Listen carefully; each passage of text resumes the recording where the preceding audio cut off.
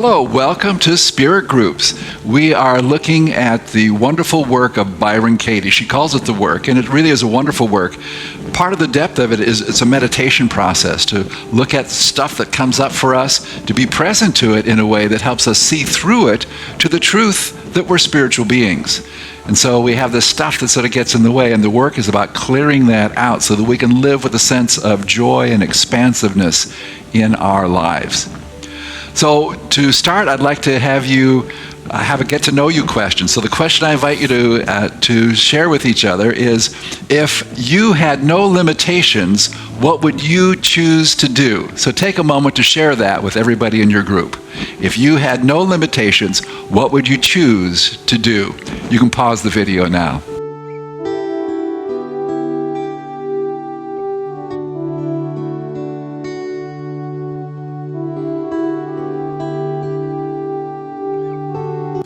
Welcome back. Hope you had a good time getting to know each other in a little bit deeper way. One of the things that amazes me about the work of Byron Katie is how she is able to use herself as an example about how this works. She has a story in her book, Loving What Is, and she talks about just how the way that we see things may not be the way it actually is. Here's what she says. Once I walked into a ladies' room in a restaurant near my home. A woman came out of the single stall. We smiled at each other, and then I closed the door. She began to sing and wash her hands. What a lovely voice, I thought. Then, as I heard her leave, I noticed that the toilet seat was dripping wet. How could anyone be so rude, I thought. And how did she manage to pee all over the seat? What was she, standing on it? Then it came to me that she was a man, a transvestite, singing falsetto in a woman's restroom. It crossed my mind to go after him, and let him know what a mess he'd made. As I cleaned the toilet seat, I thought about everything I'd say to him. Then I flushed the toilet. Water shot up out of the bowl and flooded the seat. And I just stood there laughing. In that case, the natural course of events was kind enough to expose my story before it went any farther. Usually it doesn't before I found inquiry. I had no way to stop the thinking. Small stories became bigger ones. Bigger stories bred major theories about life. So it's a wonderful example that she gives us about how we take something and we have a story that we make up about it. And we live in that story and our upset and disappointment and frustration. And that's the energy that we're in, which means that's the energy we bring to our lives. So if we want to shift that, we have to use inquiry. And Byron Katie has this wonderful process that she calls the work, which is being aware, and she has a worksheet, and I really invite you to make several copies of the worksheet for yourself, to fill it out so you can really get in. And she invites us to really get into the story, to meditate on what our experience was, what we were feeling, what we were thinking, and then to ask the questions. And I'm going to have you look at a video of her explaining the questions and the turnarounds at the end. So here comes the video. So the work is a way to identify what you yourself are believing, to identify the thoughts that cause all the suffering in the world.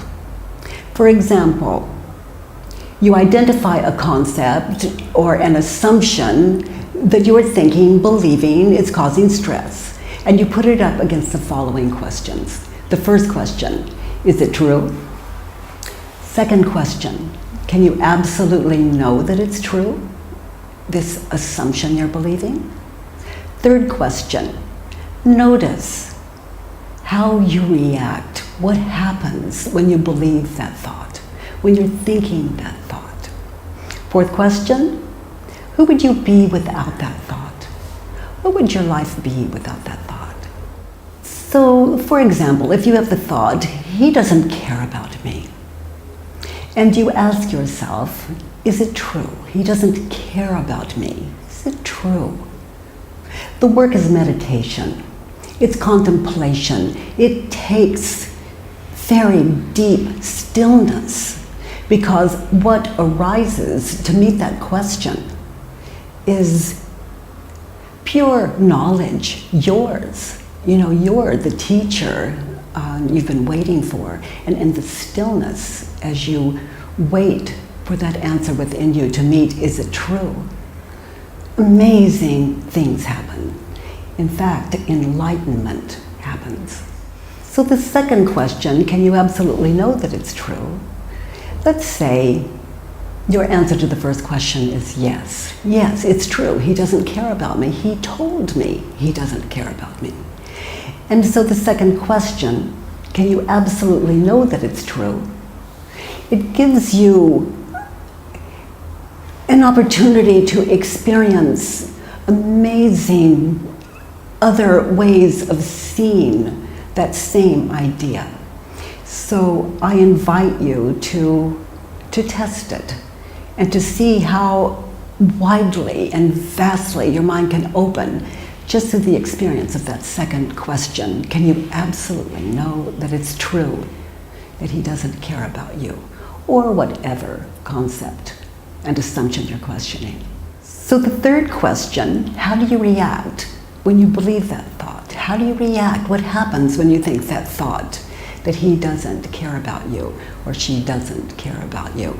So notice first, emotionally, how that concept shifts your feelings. Notice your heart rate. Notice a depression that may begin to happen. Notice how you react, what happens when you think that thought. Notice the images of past and future that arise when you think that thought. And of course, the emotional comes out of witnessing that apparent past or future that is in your mind's eye now. So that fourth question, who would you be without the thought? He doesn't care about you. Who would you be without the thought? And I'm not asking you to drop the thought.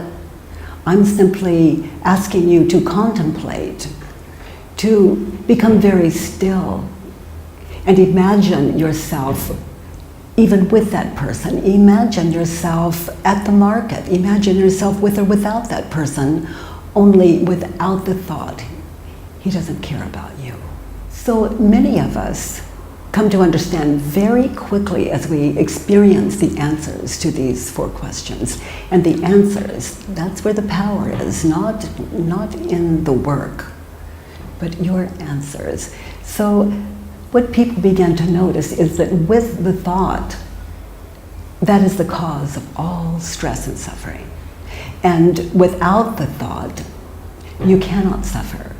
So eventually people come to understand that it is what we are believing that is the cause of our depression, our stress, our heart rate, our emotional, and not what is happening in the world. For example, I see the world as perfect, everything perfect, no mistake. And I see that what we're believing about the world, now that could use a little work. So we continue to work on the world to change it. And I'm not saying don't try to change it. I'm simply saying until we work with what we're believing, that we are going to continue to produce in the world the same war that has been going on since mind first began to attach to what it sees, a belief system that for me can no longer be valid. And this is what I invite you to. So then I invite you to consider the opposites. I call it turnarounds. So for example, he doesn't care about me. Turned around to an opposite, he does care about me. And then to become very still again, always remembering that the work is meditation. And notice genuine examples of where he does care about you. And your mind might scream, this is impossible, he doesn't. And to be gentle with that, and good, that's fine, and continue to find genuine examples of where he does care.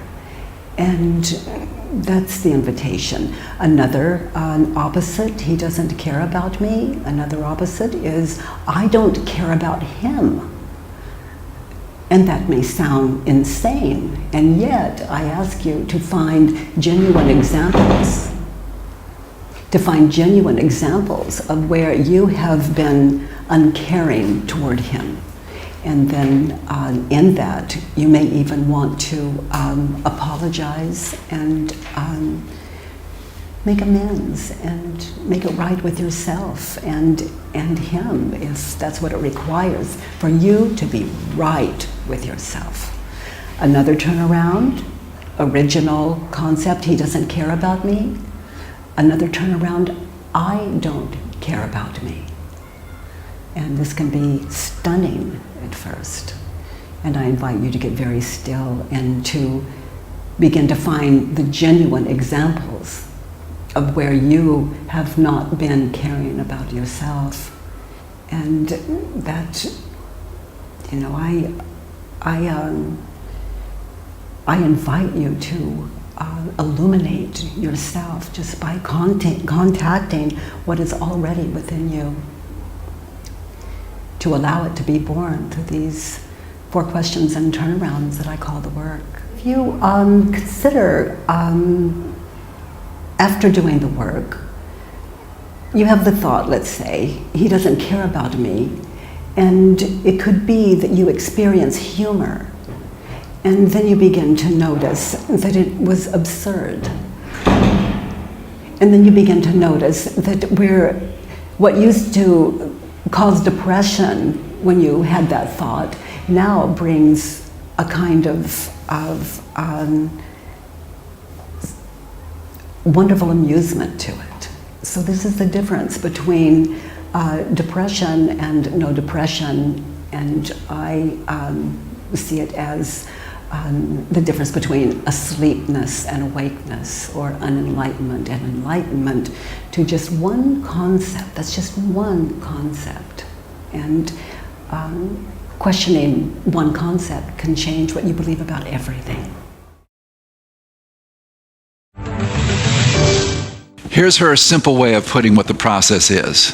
Be aware of the pain, write it down. Ask the questions, turn it around.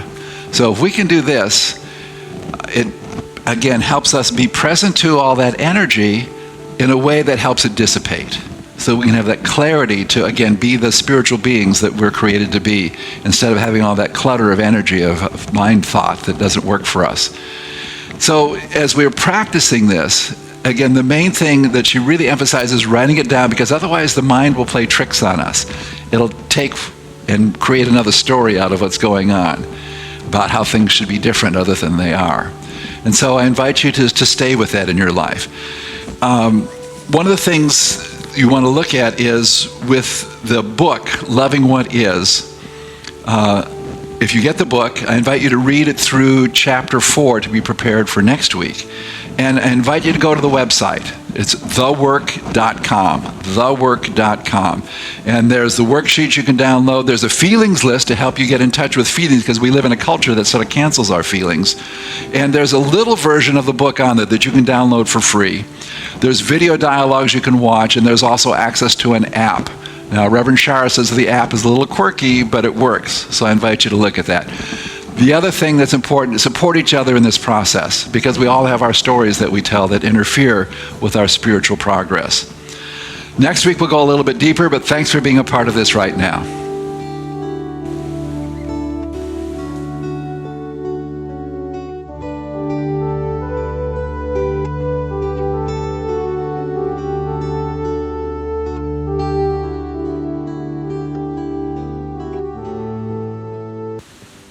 Well, I trust that you've had a good session and that stuff has come up and you've been able to look at it in a different way. Remember, I invite you, if you have the book, read through chapter 4 next week. And just as you go through this week, just practice being aware about the stories that you're telling yourself and what the experience is for you with those stories, and then meditate on what your experience would be without those stories. So remember, you're doing the work for you, so that you can be a greater blessing in the world. See you next week.